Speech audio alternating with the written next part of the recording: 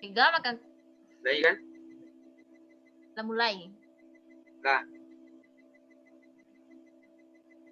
Assalamualaikum warahmatullahi wabarakatuh. Waalaikumsalam warahmatullahi wabarakatuh. Nah, untuk memulai pembelajaran kita pada siang hari ini, alangkah baiknya kita berdoa terlebih dahulu. Berdoa dimulai. Berdoa selesai.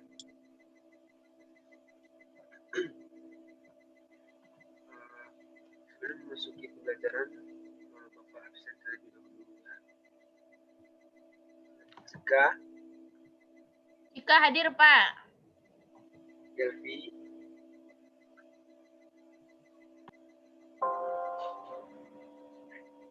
bagaimana nampaknya hadir semuanya. Kalian untuk tidak berlama-lama, kita masuk saja pada pembelajaran kita hari ini, yaitu tentang ketentuan penggunaan teknologi informasi dan komunikasi. Di sini ada 7 pembelajarannya. Yang pertama adalah menjelaskan tentang aturan-aturan hak cipta. Yang kedua, menjelaskan dampak pelanggaran hak cipta. Yang ketiga, menjelaskan jenis pelanggaran hak cipta. Dan yang keempat, menetapkan aturan-aturan hak cipta yang berkaitan dengan teknologi informasi dan komunikasi. Apakah suara Bapak dengar? Terdengar, Pak. Baiklah, kalau begitu Bapak lanjut ya.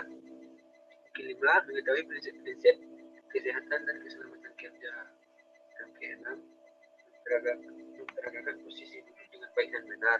Dan yang ketujuh, mendemonstrasikan cara menggunakan komputer dengan memperhatikan kesehatan dan keselamatan kerja.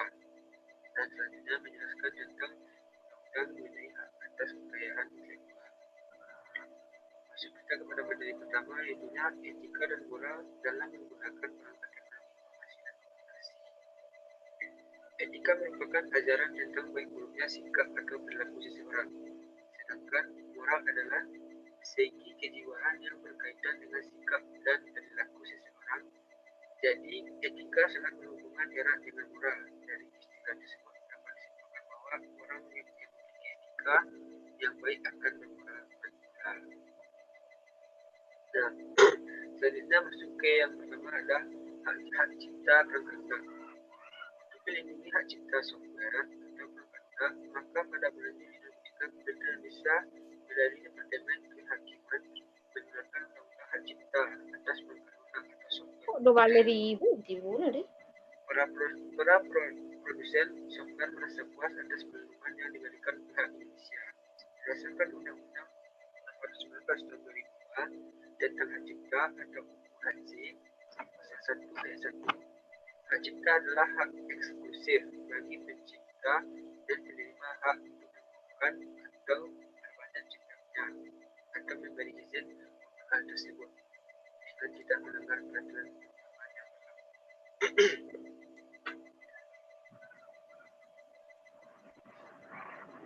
Lanjut yang kedua, apakah ada anak-anak yang ingin bertanya pada materi yang pertama tadi?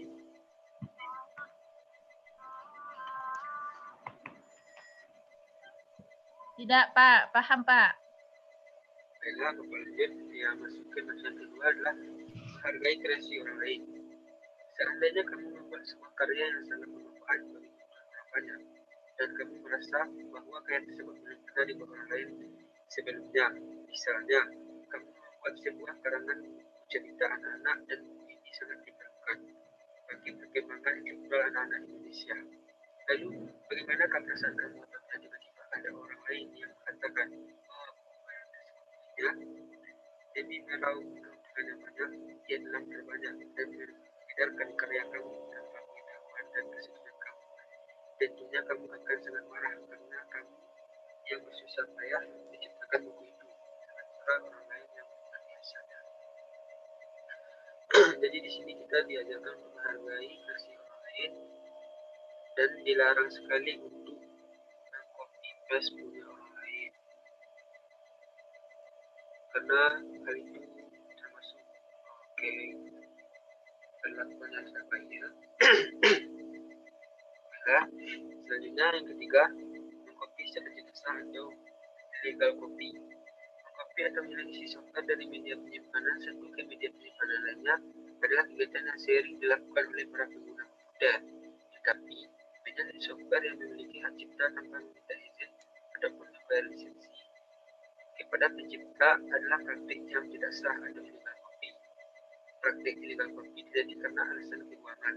Orang ingin mengeluarkan uang ratusan ribu bahkan jutaan rupiah hanya untuk mendapatkan program software yang sebenarnya dapat dibeli dengan harga rupiah. Sama seperti yang atas tadi, juga masuk pelanggaran. Nah, oleh sebab itu, sebagai pelajar yang mengerti akan hak cipta, adalah kalian menghindari praktik illegal copy. Karena selain tidak bermoral, praktik illegal copy dapat merugikan orang lain. Hal berikut ini adalah usaha yang dapat dilakukan untuk menghindari illegal copy. Yang pertama adalah cantumkan sumbernya dengan jelas apabila kamu harus menilai hasil karya orang lain. Jadi, apabila kita mengambil hasil orang lain atau karya orang lain, kita harus mencantumkan siapa dan yang membuat sebenarnya. Yang kedua, mendaftarkan hasil karya kamu untuk memperoleh sertifikat dari instansi yang berwenang atau dengan kehakiman. Yang ketiga, memantau pusat perdagangan atau lainnya dan melaporkan kepada yang berwenang dan masyarakat apabila ada indikasi kegagalan hasil karya kamu dan lain-lain sebagainya. Masuk kepada yang keempat, yaitu memodifikasi program orang lain. Praktik tidak sah lainnya adalah praktik modifikasi program software yang telah dibuat orang lain atau perusahaan. Praktik ini mungkin dimaksudkan hanya sekedar membedakan dengan program aslinya. Praktik tidak sah ini tidak lain merupakan hasil salinan program software asli disertai tambahan-tambahan atau menggunakan di sana sini. Praktik tidak sah ini banyak terjadi pada perusahaan-perusahaan dengan bisnis lainnya mengenai sistem informasi jaringan internal perusahaan tersebut. Kalian sebagai pelajar yang mengerti akan hak cipta dalam menghindari praktik illegal karena dapat merugikan orang lain. Jadi kita harus mencari illegal copy ini karena akan merugikan orang lain. Selanjutnya masuk kepada apakah ada anak-anak yang ingin bertanya terhadap materi yang di atas tadi?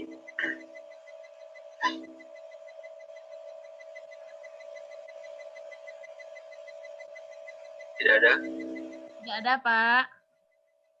Ya, kita lanjut saja ya. Selanjutnya adalah masuk kepada materi kesehatan dan keselamatan kerja dalam menggunakan perangkat teknologi informasi dan komunikasi. Yang pertama di sini adalah memilih jenis monitor yang baik.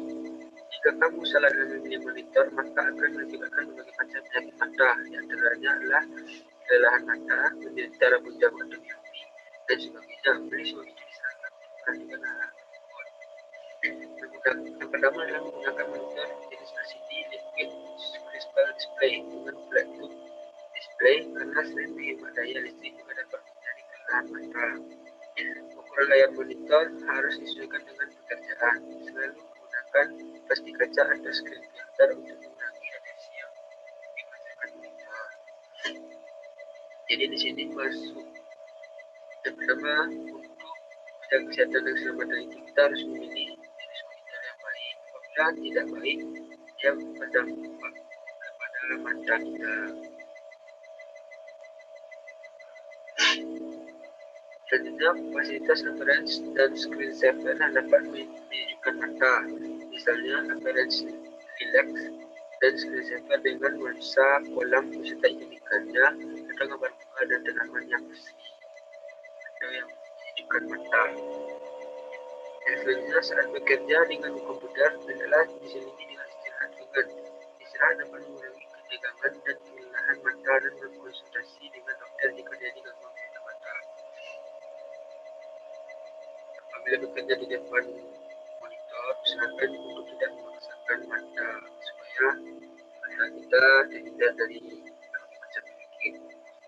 Selanjutnya, berkonsultasi kepada dokter jika terjadi gangguan kesehatan mata. Apabila telah terjadi gangguan terhadap mata, Alangkah baiknya kita langsung berkonsultasi kepada dokter supaya tidak makin parah. Masuk kepada yang kedua adalah memilih model keyboard dan mouse yang baik. Selain kompatibilitas adalah dalam memilih keyboard, kamu perhatikan kejadian sebagai berikut. Yang pertama, panjang papan atau chord tidak terlalu panjang agar jari tangan dapat menjangkau setiap tombol pada keyboard dengan mudah. Sesuaikan dengan jari-jari kita.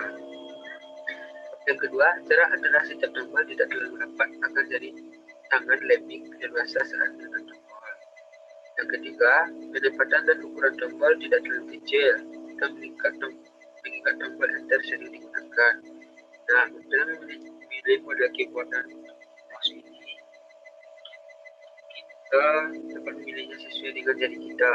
Apakah jari kita pendek atau jari kita panjang, itu sesuai kenyamanan kita lah. Nah, selanjutnya masuk ke yang ketiga, mengatur letak meja atau monitor keyboard, mouse, dan posisi duduk. Setelah kamu memilih monitor, keyboard, dan mouse dengan baik dan nyaman, selanjutnya yang perlu diperhatikan lagi adalah mengatur letak meja, monitor, keyboard, dan mouse dengan posisi secara benar. Nah, di sini Bapak sudah mencantumkan gambarnya bagaimana posisi yang tadi itu letaknya secara benar. Nah, di sini ada dua gambar, yang gambar orang duduk di atas itu secara duduk yang benar, dan yang di bawah itu tidak benar.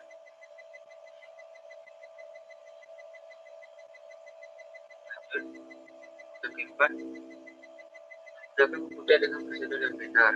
Sebelum lebih jauh dalam mengoperasikan komputer, kamu harus memahami terlebih dahulu prosedur penggunaan komputer dengan benar, seperti menghidupkan dan mematikan komputer. Jika prosedur tersebut tidak dilakukan secara benar, maka akan mengakibatkan kerusakan pada software dan hardware komputer. Nah, berikut ini adalah hal yang perlu diperhatikan dalam menghidupkan komputer. Yang pertama, pastikan bahwa komputer telah terhubung secara benar dengan virusnya sendiri. Yang kedua, pastikan pula tidak ada disket pada floppy drive. Yang ketiga, hidupkan komputer dengan cara menekan tombol power pada CPU dan hidupkan pula monitor dengan menekan tombol power monitor. Dan yang selanjutnya, tunggu beberapa detik hingga komputer selesai melakukan proses booting. Dan setelah itu, proses booting selesai, komputer akan menampilkan desktop sebagai tanda komputer siap digunakan, dan selanjutnya komputer siap digunakan. Nah, begitu pula untuk mematikan komputer ada beberapa hal yang perlu diperhatikan. Yang pertama adalah pastikan semua aplikasi program telah ditutup secara benar. Dan yang kedua, klik start atau tombol komputer, maka akan muncul pada dialog tombol komputer. Klik tombol pilihan tombol saat hingga komputer memberi tanda aman untuk memastikan komputer dengan munculnya tulisan.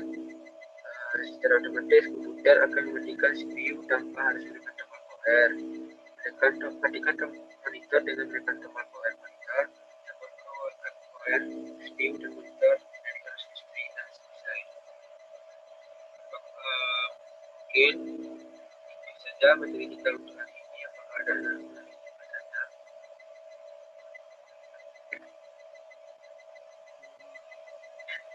Berat materinya, Pak.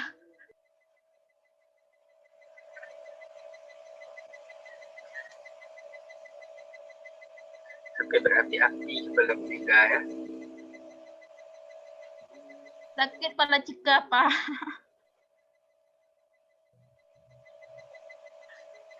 Aduh.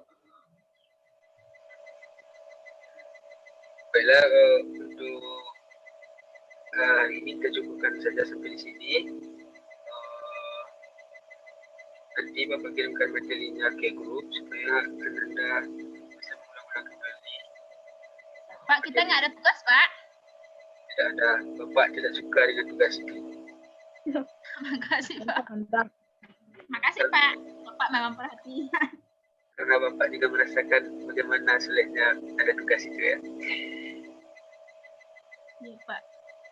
Makasih, Pak. Makasih atas perhatiannya, Pak. Bapak memang the best. Nah, mungkin cukup sekian dulu materi untuk hari ini. Bapak sudahi dengan Assalamualaikum warahmatullahi wabarakatuh. Waalaikumsalam warahmatullahi wabarakatuh. Warahmatullahi wabarakatuh.